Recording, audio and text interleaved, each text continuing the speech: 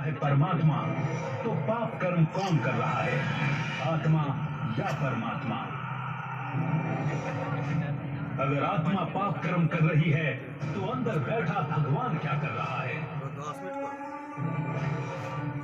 जब कण कण में बसा है भगवान, तो फिर क्यों है सृष्टि तमो प्रधान? क्या सर्वव्यापी की मान्यता सैद्धांतिक है?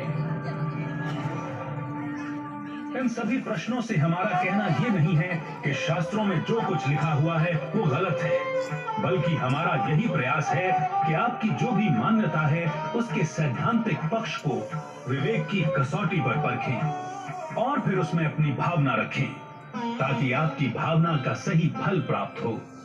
आप परमात्मा की महिमा करने के बजाय उसकी ग्लानि करने से बचें। आप ईश्वर से भक्त बनकर नहीं, लेकिन पुत्र बनकर रिश्ता जोड़ें, उनकी शक्तियों को अपने में समाएं और सभी मानसिक बंधनों से मुक्त हो जाएं। ये 5 संतों का विकराल तांडव दिखाया। कहीं भूकंप, पानी का सैलाब गांव के गांव निकल रहा है।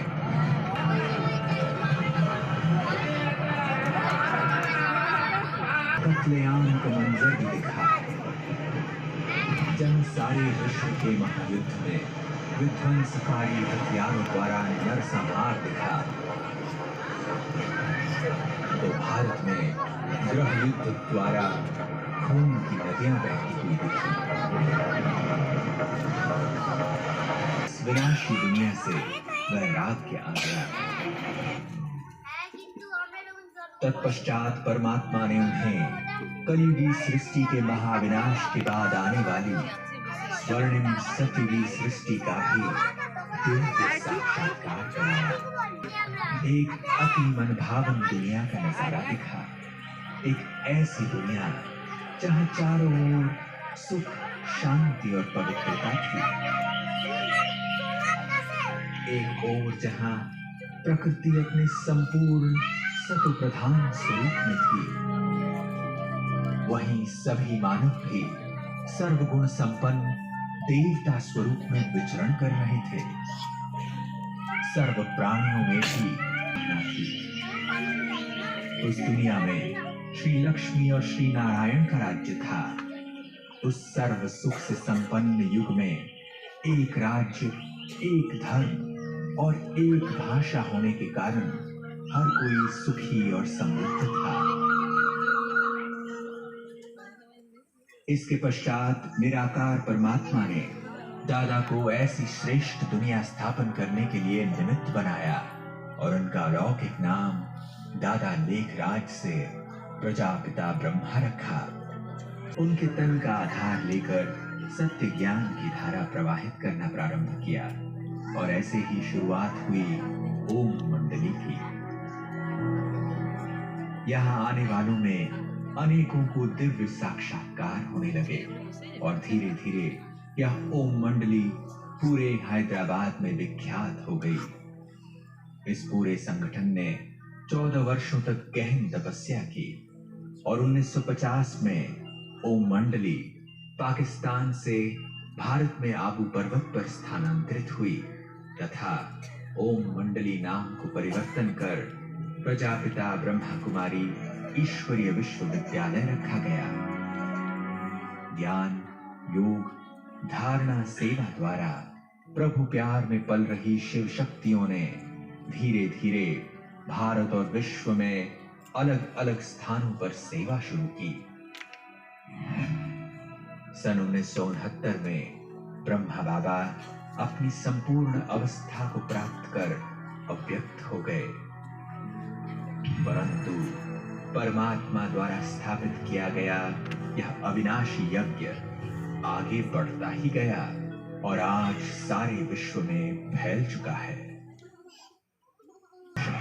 परमात्मा ने ब्रह्मा बाबा को भविष्य में होने वाले महापरिवर्तन के जो नजारे दिखाए थे वे आज हमें साक्षात देखने को मिल रहे हैं। आज हम बारूद के ढेर पर बैठे हैं। पूरी पृथ्वी को कई बार नष्ट कर दे इतने परमाणु हथियार आज हमारे पास हैं। 2 विश्व युद्ध तो हम देख चुके हैं, और तीसरा विश्व युद्ध कितना विकराल हो सकता है उसका अनुमान हम लगा सकते हैं। वायुमंडल में हो रहे परिवर्तन भी हमारे सम्मुख है। ग्लोबल वार्मिंग आज पूरी दुनिया के लिए चिंता का विषय बन चुका है। अनेकों पीस कॉन्फ्रेंसेस और क्लाइमेट चेंज कॉन्फ्रेंसेस होने के बावजूद भी कोई भी इस विकट परिस्थिति को नियंत्रित नहीं कर पा रहा है। न चाहते हुए भी हम अपने विनाश का स्वयं ही आह्वान कर रहे हैं। हमारा उद्देश्य आपको महाविनाश की बात से डराने का नहीं, अपितु उस विनाश के बाद आने वाली नई स्वर्णिम सत्ययुगी दुनिया के बारे में बताना है। इस परमात्मा अवतरण की बेला के महत्व को जान, परमात्मा द्वारा बताई जा रही श्रीमत को अपने जीवन में धारण करने से ही हम उस दुनिया में जा पाएंगे।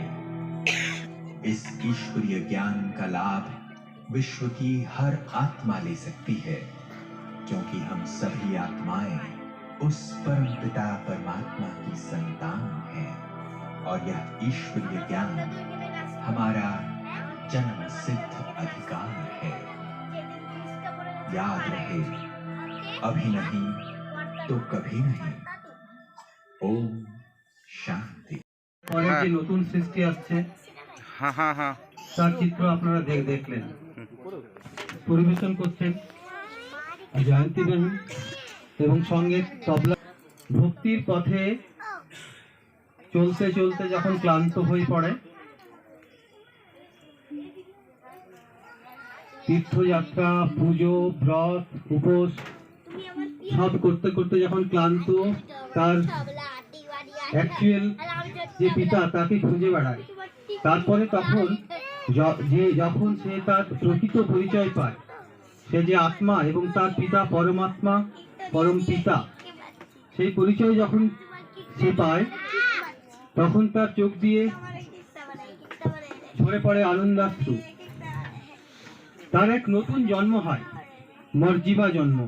তার আগের যে সংস্কার, তার যে বিকারী জীবন, সম্বন্ধ